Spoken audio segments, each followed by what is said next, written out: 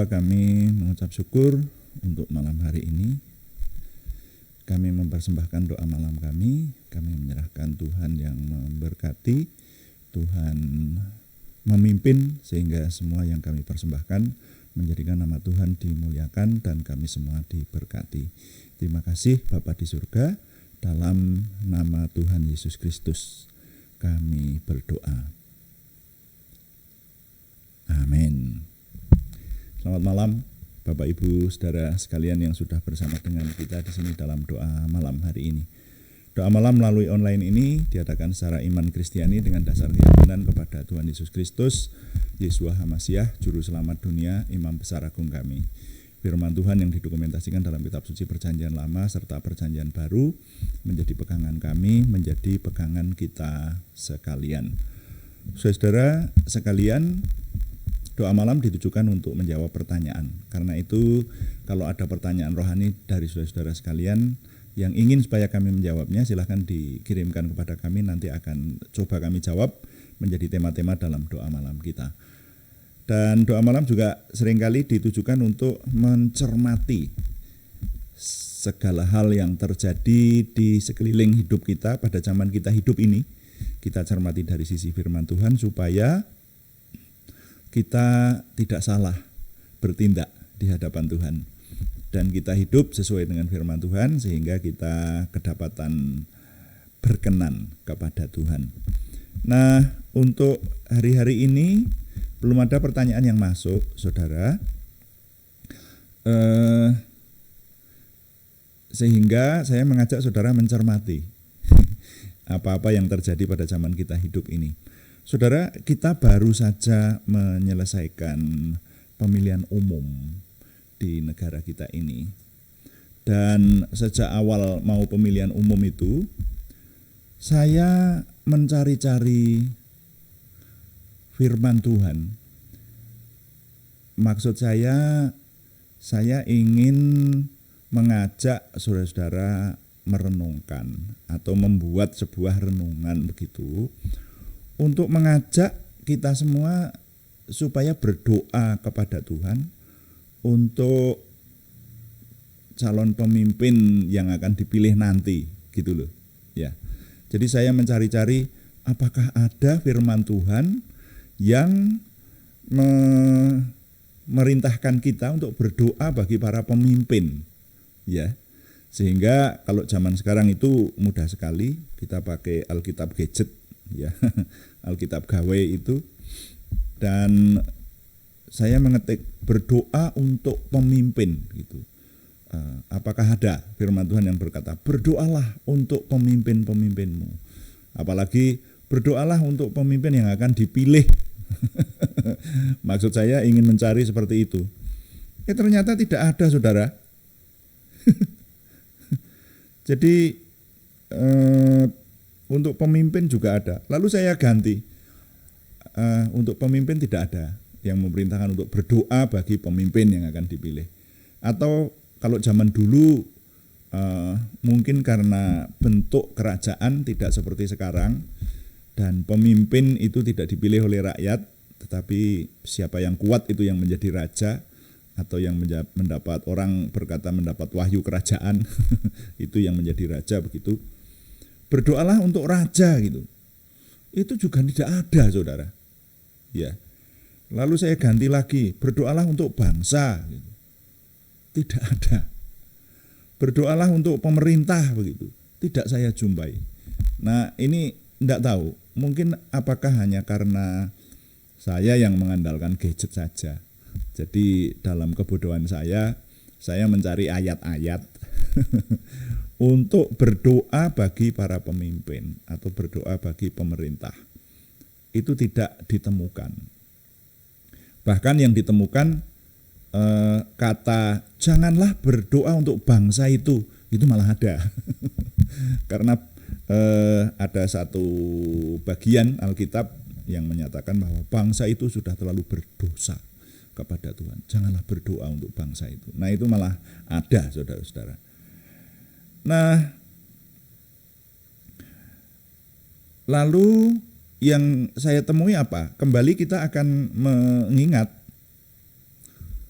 Kalau berdoa untuk bangsa dan negara, kembali lagi satu-satunya yang saya temui adalah berdoalah dan usahakanlah untuk tempat. Nah, untuk tempat tinggal di mana engkau aku buang. Nah, itu satu-satunya. Jadi kalau berbicara mengenai berdoa untuk bangsa dan negara, biasanya yang dikhotbahkan ya hanya satu ini. Karena berdoa untuk pemerintah, berdoa untuk bangsa, berdoa untuk pemimpin, itu tidak ada ayat yang dengan tegas mengatakan demikian. Nah, oleh karena itu mari kita baca kembali Yeremia pasal 29 ayat yang ke-7. Firman Tuhan berkata, usahakanlah kesejahteraan kota kemana kamu aku buang, dan berdoalah untuk kota itu kepada Tuhan, supaya kesejahteraannya adalah kesejahteraan. Sebab kesejahteraannya adalah kesejahteraanmu. Ya, saya ulangi. Ya, jadi usahakanlah kesejahteraan kota kemana kamu aku buang, dan berdoalah untuk kota itu kepada Tuhan, sebab kesejahteraannya adalah kesejahteraanmu. Nah, jadi ini satu-satunya kalau kita mencari perintah dalam firman Tuhan di bagian Alkitab begitu, yang berkata bahwa kita supaya mendoakan bangsa dan negara, itu perintah yang ada adalah mendoakan tempat. Dan surat ini, firman Tuhan di kitab Yeremia ini sebetulnya berwujud satu surat yang ditulis oleh Nabi Yeremia kepada orang-orang atau kepada tua-tua yang masih hidup dan para imam yang ada di pembuangan karena diangkut oleh raja yang menawan, yaitu diangkut ke Babel. Nah, itu saudara ya. Makanya di sana bunyinya, usahakanlah kesejahteraan kota di mana engkau aku buang, dan berdoalah untuk kota itu, sebab kesejahteraannya adalah kesejahteraanmu.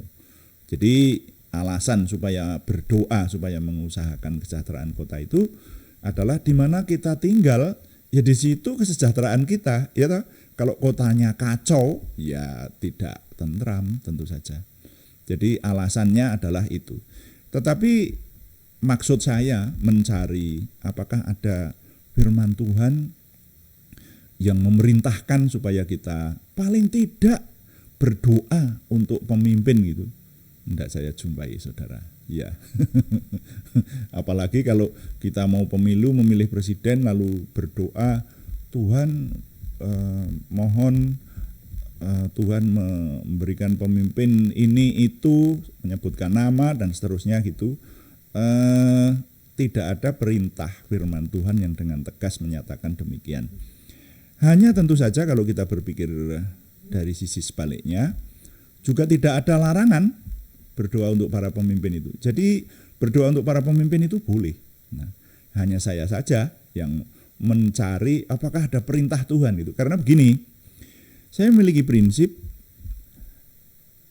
segala sesuatu yang kita kerjakan, segala sesuatu yang kita doakan, segala sesuatu yang kita inginkan sebagai orang beriman, itu saya yakin akan terlaksana kalau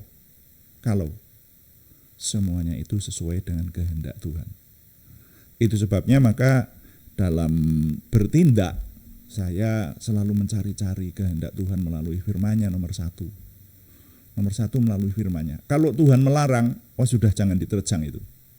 Serius, kalau Tuhan melarang gitu, itu kalau diterjang sudah banyak fakta bahwa akan menimbulkan hal-hal yang tidak baik atau bahkan bisa menimbulkan celaka, ya toh. Jadi kalau kitab suci atau firman Tuhan berkata jangan gitu, sudah jangan dilakukan, segitu aja.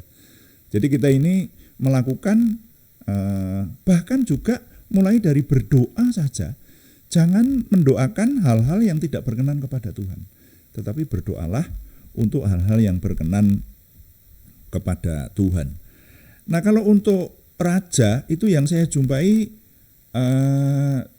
justru ada raja yang berkata, berdoalah untukku gitu, itu ada. Tapi itu raja yang waktu itu mengalami sebuah hal yang mencelakakan, yaitu di 1 Raja-Raja 13 ayat yang ke-6 itu Raja Yerobeam. Karena Raja Yerobeam membuat mezbah, kemudian mempersembahkan hal-hal yang tidak berkenan kepada Tuhan. Lalu disebutkan di 1 Raja-Raja 13 ada seorang abdi Allah, seorang abdi Tuhan yang berkata, mezbah, mezbah, engkau akan pecah dan abumu akan tertumpah dan di atasmu akan dibakar tulang-tulang manusia dan seterusnya. Maka Raja Yerobeam menjadi marah dan tangannya terulur kepada abdi Tuhan itu dan berkata, tangkap orang itu. Tetapi ketika dia mengulurkan tangannya itu, tangannya menjadi kaku. Kemudian tangannya tidak bisa ditekuk kembali, menjadi tegang dan kaku seperti itu. Lalu raja akhirnya berkata kepada abdi Tuhan itu, berdoalah untuk aku. Nah itu satu-satunya firman Tuhan yang menunjukkan supaya berdoa untuk raja, tapi itu kasus per kasus ya. Tapi kalau berdoa untuk pemimpin, berdoa untuk raja itu tidak ada. Nah hanya begini saudara, sekali lagi kalau dari sisi yang lain, berdoa untuk pemimpin itu tidak dilarang. Ya. Jadi masih terbuka kemungkinan kita mendoakan para pemimpin. Tuhan masih berkenan mendengar doa-doa kita. Karena itu kalau kita cocokkan seperti zaman sekarang, pada hari-hari ini saudara, kita sudah selesai melakukan pemilu tahun 2024 dan hasil pemilu rawan menjadi sengketa. Nah, kita perlu berdoa supaya negara kita ada dalam keadaan damai. Kalau negara itu dalam keadaan kacau, wah kita yang tinggal di dalamnya tidak sejahtera tentu saja. Makanya itu bertentangan dengan perintah supaya mengusahakan dan mendoakan tempat tinggal kita supaya aman. Nah ini, jadi sesuai dengan firman Tuhan kita berdoa untuk tempat di mana kita tinggal. Di mana? Ya di negara dan bangsa kita tentu saja. Nah kalau ditinjau dari sisi itu, maka kita sangat sah berdoa supaya negara dalam keadaan aman, supaya kota-kota kita aman, tidak dilanda banjir, tidak ada gempa bumi, longsor, bencana alam, ya, supaya tempat di mana kita tinggal, negara di mana kita ada, kita menjadi rakyatnya itu diberkati oleh Tuhan. Itu tidak dilarang saudara ya. Ya bahkan ya kalau ditinjau dari sisi kemanusiaan kita harus mendoakan. Bahkan firman Tuhan juga merintahkan dengan istilah usahakanlah dan berdoalah untuk kota. Nah, untuk kota ini kan waktu itu di Babel ya. Tapi kalau kita perluas juga untuk bangsa dan negara tentu saja. Ya, kita boleh berdoa untuk itu. Nah, jadi menghadapi hari-hari ini, mari kita terus berdoa untuk bangsa dan negara kita. Nilai yang dapat saya ketengahkan kali ini adalah berdoa untuk negara di mana kita tinggal diperintahkan oleh firman Tuhan. Dan tidak dilarang berdoa untuk bangsa dan negara. Ya. Jadi berdoa untuk negara di mana kita tinggal diperintahkan oleh firman Tuhan dan tidak ada larangan untuk berdoa bagi bangsa dan negara. Karena itu mari kita terus berdoa supaya negara dan bangsa kita diberi keamanan dan kesejahteraan. Tuhan dipuji. Amin.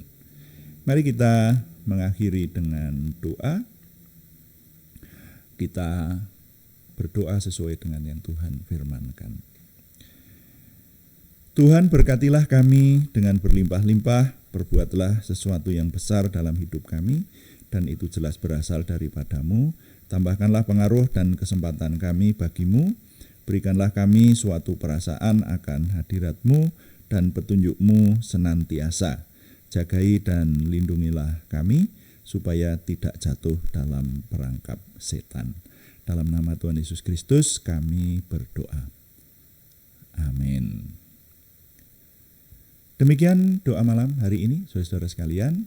Dan tidak hentinya kami memberitahukan bahwa doa malam live streamingnya dilaksanakan pada jam 6 malam atau jam 18 waktu Indonesia Barat. Ada juga doa pagi yang dilaksanakan setiap hari, yang live streamingnya dilaksanakan pada jam 5 pagi, saudara ya. Dan terima kasih kepada semua yang sudah setia mengikuti dan mendukung. Kami tetap mengharapkan dukungan Anda. Terima kasih yang belum berikan subscribe, berkenan berikan subscribe. Juga setidaknya dukungan doa, ya.